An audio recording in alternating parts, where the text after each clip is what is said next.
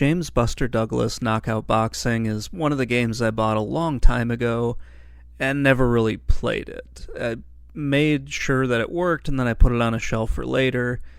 When I started making YouTube videos, I did come back and played this one for a little bit. I don't remember anything about what I said when I went through this game for, that video. It was a comparison for with another game, but seriously, I don't remember anything about it.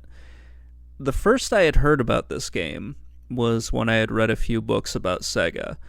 I was reading a lot of books about video game history at the time, and this game was brought up as an example of Sega's marketing strategy back in the late 80s, early 90s. It was released after Douglas had lost the heavyweight title, so Sega kind of leaned into that and added Knockout to the name. At least that is what I read, and so that's kind of what I added in here.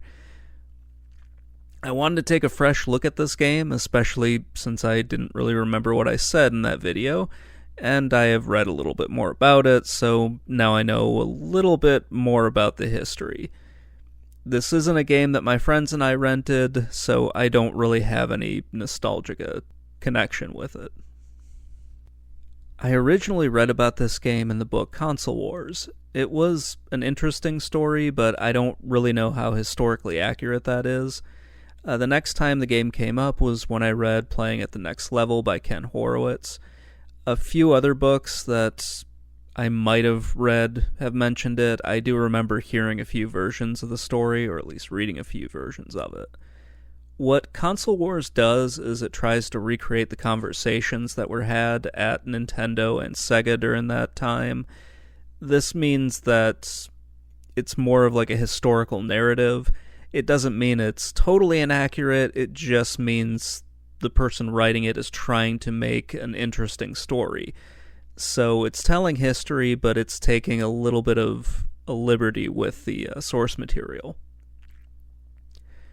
Other books tell a similar story to what is in Console Wars, so I think the overall idea from Console Wars is right, but I'm not totally sure about the dialogue that was all added in.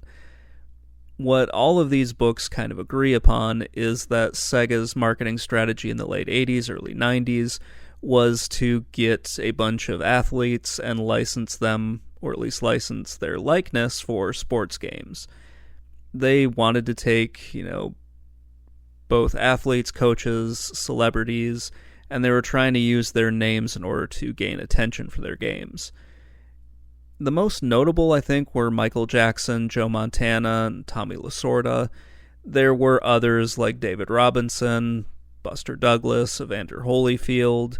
A whole bunch of others were done this way, so there's a lot of games that use this strategy. So that's the environment that this game was released into. I'm not really sure how successful this strategy was overall for Sega, but at the very least they almost always had better sports games than what Nintendo had. So I also wanted to talk about one other thing here, and that was Final Blow. Final Blow was the game that Buster Douglas's boxing was based off of. So Taito released Final Blow in 1988, and it was ported to a bunch of personal computers, also ported to the Sega Master System, and one or two other home consoles at the time. This was another strategy that Sega used in order to kind of get around the fact that many of these Japanese developers could not release games for their home console in North America. So what they did was they got the property, Final Blow, and they basically changed one thing, added Buster Douglas to it, and then they were able to release it in North America under a different title, but it is essentially the same arcade game. Taito wasn't the only company that Sega did this with. They also did it with Konami, they did it with Capcom, and I think they did it with one or two others as well, but I can't think of them off the top of my head. Some of the more notable games that they did this with was Ghouls and Ghosts. They took that game, essentially rebuilt it from the ground up, and then they were able to release it because it was their game. They just happened to have licensed the IP from Capcom. It's kind of a cool way of doing things. So let's get into the game here. The gameplay for Buster Douglas Knockout Boxing is very shallow, to say the least. There isn't really too much to this game, and you can probably finish it in about 20 minutes. I really don't like the gameplay that much. It got really boring really fast. The roster is not all that big. You just have a handful of boxers that you can play as. So you've got Buster Douglas, you've got Dynamite Joe, King Jason, Fernando Gomez, and Kim Nang. There is also a boss character that was added for the Genesis version, and that's Ironhead. He's a pain in the ass, but you can beat him. There is one boxer that was essentially removed, and that was Detroit Kid. He is in the arcade game, but not in the Sega Genesis. The reason for that is he's now Buster Douglas. They just swapped his head and gave him a different name, and bam, you've got James Buster Douglas. So you just go into the career mode, you fight each character a couple times, and then eventually you go up against Ironhead.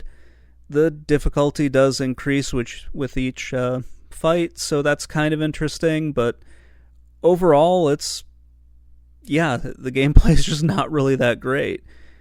You can punch with your left and your right arm, that's essentially it. Then you've got your block button, and then, that's all you can really do. It is a decent boxing game for the time, but it's just kind of a weak experience. It does match a lot of the other Sega Genesis games that just happen to be arcade ports. They're visually stunning, but the gameplay doesn't always match up with that.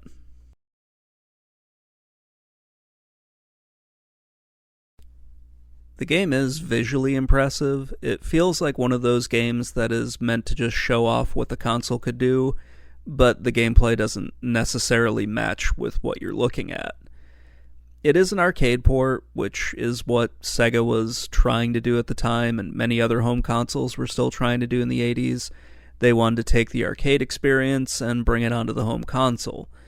This would also go on in the 90s as well. It was a common thing for Sega to, really try to take their arcade games and use those as a basis for all of their games on their home console. They would do this with pretty much everything: the Master System, Genesis, Saturn, and even the Dreamcast. So the sprites are very big and well detailed. They remind me of other early Genesis games like Last Battle and Altered Beast, where it's just showing you what the console could do, and then, the gameplay almost feels like a secondary thing, or it's alright, but it's not necessarily great or anything like that. Probably good for late 80s, early 90s, but once you move on from that, you're kind of like, okay, I want more from my video game than what's being offered. The animations are pretty fast. They look alright for this type of game. It actually makes me think that I'm playing a video game version of Rock'em Sock'em Robots more than anything else. It's just sort of more humorous than it is realistic. I found the referee to be just incredibly distracting.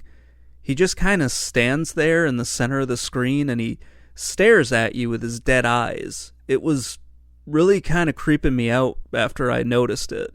And once I did, I couldn't unsee what I was seeing.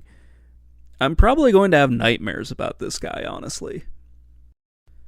The graphics really are the star of the show here. I think that might have actually been intentional. Nothing looks terrible. There are a few things that are honestly pretty funny. I just find the way that you move around to be kind of hilarious. I think it's just kind of a goofy game overall. A good-looking goofy game, but still pretty goofy. The best part of this entire experience of going back and playing Buster Douglas Knockout Boxing was really looking up information on it. I had never heard of the arcade game that it was based off of, but it makes sense that Sega would just reskin a game like that. It's just a nice way of getting around Nintendo's licensing agreements at the time, where they had kind of an illegal monopoly. And I can say that because I'm pretty sure the court case proved that they could not be doing what they were doing. Sega did this with a bunch of other arcade games, so you have Konami, Capcom, and Taito here, and probably a bunch of others that I just don't know about yet. They would just program their own versions and release them on the system, and everything was okay. The story behind the game is way more interesting than the game itself. There are other arcade games that I would rather play on the Genesis than this one. It's perfectly fine for what it is, but as far as boxing games go, this is not the one that I would ever want to go back to. Anyway, that's going to wrap things up. Let me know what you think in the comments below, and I will talk to you all later. Bye.